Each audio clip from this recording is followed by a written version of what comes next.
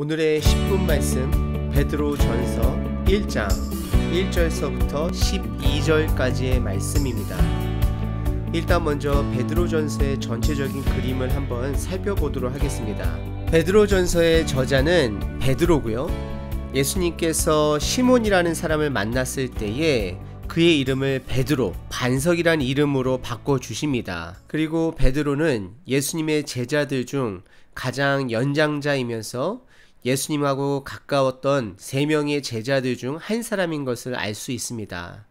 특별히 사도행전 1장서부터 10장까지 보시게 되면 베드로가 초대교회의 리더로서 하나님께 쓰임을 받는 모습이 잘 나와져 있습니다. 그리고 베드로전서는 로마서에서 쓰여진 편지인데요. 베드로전서 5장 12절에 보시게 되면 동역자 실루아노를 통해서 편지를 쓰고 있음을 말하고 있습니다. 그리고 베드로는 로마라는 단어를 사용할 때에 로마라는 단어 대신 바벨론이라는 단어를 사용하여서 쓴 것을 보게 되고요. 수신자는 크게 두 그룹이 있는데요. 첫 번째 그룹은 이스라엘 백성으로 예수님을 믿으면서 다른 지역에서 그 지역에 시민권이 없이 살아가는 사람들을 위해서 사도 베드로가 쓴 편지이고요. 두 번째 그룹은 이방인으로서 예수님을 믿고 타 지역에서 살아가는 나그네와 같은 사람, 즉 첫 번째 그룹과 동일하게 그 지역에 시민권 없이 사는 사람들에게 쓰여진 믿음의 공동체 사람들인 것입니다. 그리고 우리들이 흔히 생각할 때에 베드로는 유대 사람, 그리고 바울은 이방인을 위해서 하나님께 선택한 사람이라 생각하는데요.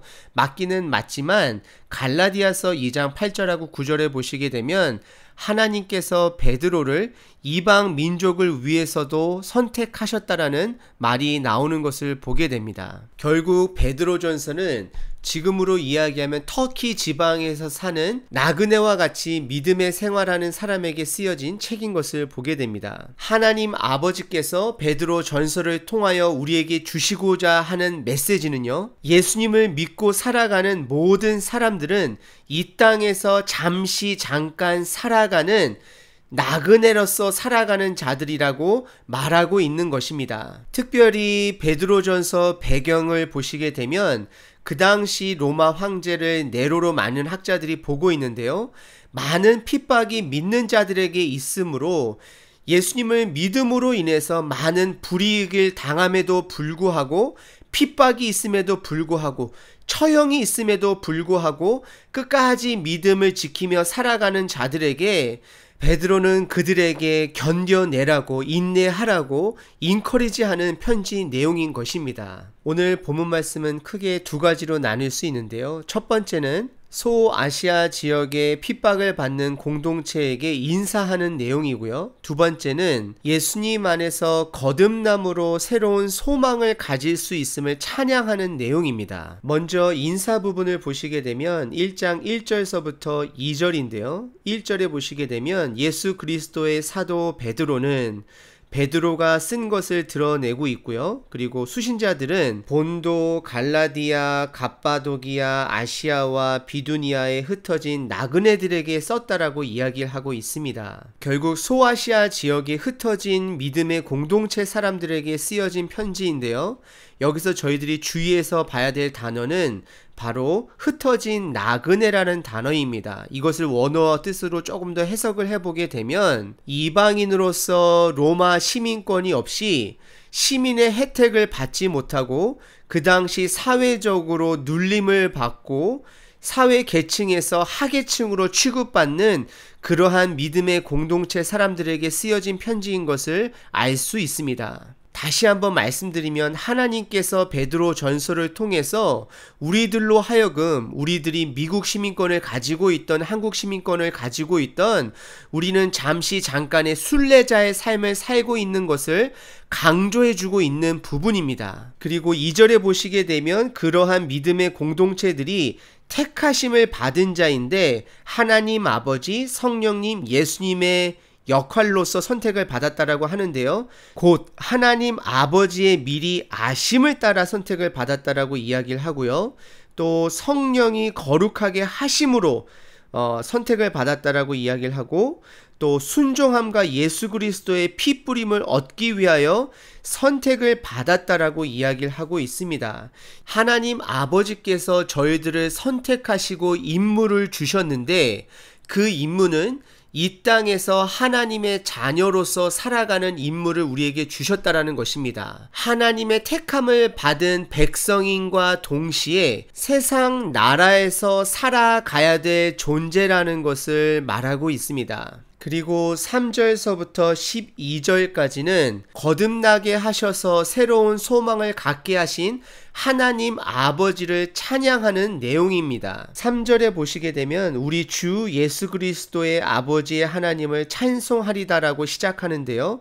찬송하는 이유는 예수님께서 우리의 죄를 위해서 돌아가시고 부활하심을 통해서 우리가 거듭났다라고 이야기를 하고 있습니다. 거듭났다라는 것은 내가 예전에 몰랐던 영원한 나라의 눈을 뜸으로 비록 이 땅에서 나그네와 같이 삶을 살지만 영원한 하나님의 자녀로서 이 땅에서 살아나아갈 수 있음을 하나님께 찬양하고 있는 내용인데요. 더 나아가서 내가 거듭남을 통해서 살아있는 소망이 있다라고 이야기를 합니다.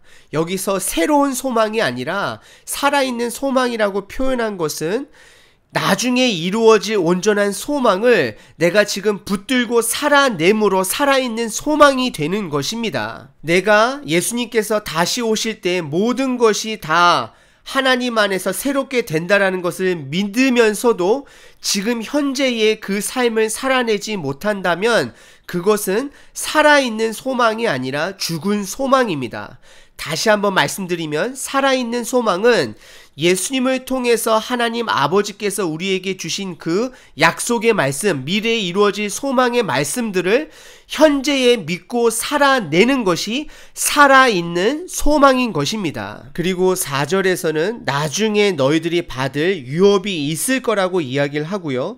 5절에는 너희들이 하나님의 보호하심으로 이 마지막 때에 살아가는 데 있어서 구별되어서 하나님의 뜻대로 살아야 된다라고 그러한 임무를 가지고 있다라고 말하고 있습니다. 그리고 6절서부터 9절까지는 여러 가지 핍박을 받고 있는 믿음의 공동체 사람들에게 그 핍박을 통해서 너희들이 더 연단하여져서 믿음이 더 성장할 것을 하나님 앞에 기뻐한다라고 표현하고 있는 베드로인 것을 보게 됩니다. 6절에 너희들이 받는 여러 가지 어려움, 시련을 통하여서 내가 너무 마음이 불편하지만 내가 오히려 그것으로 더 기뻐한다라고 이야기를 하면서요. 7절에 그 이유가 무엇이냐면 너희들이 지금 받고 있는 시련 때문에 너희들의 믿음이 더 견고하여지고 깊어졌기 때문에 기뻐한다라고 표현하고 있습니다. 그리고 8절하고 9절에는 그러한 믿음 때문에 너희들이 구원을 받을 수 있다라고 이야기합니다. 10절서부터 12절까지는요. 너희들이 지금 살고 있는 이 시대가 예수님을 믿기 때문에 핍박을 받는 시대라서 마음은 아프지만 하지만 구약시대 사람들은 너희들이 지금 살고 있는 이 시대를 알아보기 위해서 말씀을 공부하고 연구하고 더 나아가 천사들까지도 하나님의 아들 예수님이 이 땅에서 하늘나라를 어떻게 시작하시고 넓혀가시고 완성하는지를 궁금해한다라고 이야기하고 있습니다. 다시 말씀드리면 저와 여러분들이 살고 있는 이 시대는 정말로 은혜의 특별한 시대입니다. 구약시대, 모세, 아브라함 모든 사람들이 저희들이 지금 살고 있는 이 시대를 부러워하고 궁금해할 것입니다. 왜냐하면 성령님을 통해서 성령님께서 우리와 함께 하셔서 하늘나라가 확장되어가는 이 삶이 어떤 것인가 그들은 상상하지도 못했을 것입니다. 하지만 저희들은 지금 그러한 삶을 살아가고 있는 것입니다. 오늘 본문은 베드로전서의 시작 부분으로서 앞으로 저희들이 베드로전서를 살펴볼 때에 중요한 요소들을 담고 있습니다. 첫 번째는요, 우리는 나그네의 삶이라는 것입니다. 이 땅에 살면서 이 땅에 소속된 자가 아닌 하나님의 임무를 가지고 살아가는 사람들입니다. 두 번째는요, 예수님의 은혜로 거듭나게 하셨다라는 것입니다. 거듭났다라는 것은 하늘나라의 관점으로 이 세상을 바라볼 수 있는 능력인 것입니다. 은혜인 것입니다. 그리고 세 번째는요, 그래서 우리는 살아있는 소망을 품을 수 있는 것입니다.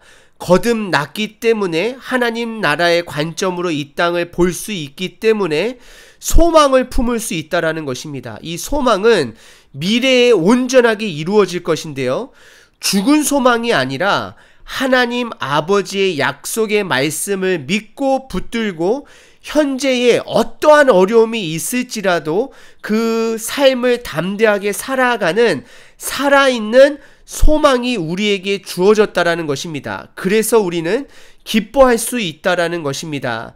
더 나아가 우리 가운데 핍박이 있고 어려움이 있다 할지라도 그것으로 인해서 우리는 우리의 믿음이 더 견고해질 수 있음에 감사해야 된다라고 베드로전서는 말하고 있습니다. 지금 우리가 살아가고 있는 이 시대는 성경 전체 시대를 보더라도, 구약과 신약 전체 시대를 보더라도 정말로 귀한 은혜의 시대에 살고 있는 자들입니다. 저희들은 베드로전서 배경처럼 미국이나 한국은 예수님을 믿는다라고 해서 큰 박해는 없습니다. 오히려 믿는 자들이 본이 되지 못해 마땅히 받아야 할 질타를 받는 상황입니다. 우리들이 베드로전서를 통해 회복해야 될 것은 우리는 거듭났으므로 임무를 가지고 이 땅에서 살고 있다라는 것을 기억하셔야 됩니다. 여러분들 지금 여러분들의 신분, 아버지이던 어머니이던 할머니이던 할아버지이던 어떤 신분을 가지고 있더라도 우리는 동일하게 복음의 임무를 가지고 살아가는 마지막 때의 사람들이라는 것을 기억하시고 오늘 마지막 때의 사람답게 어떠한 어려움도 이길 수 있는 산 소망을 가지고 살아내시는 저 여러분 되시기를 바랍니다.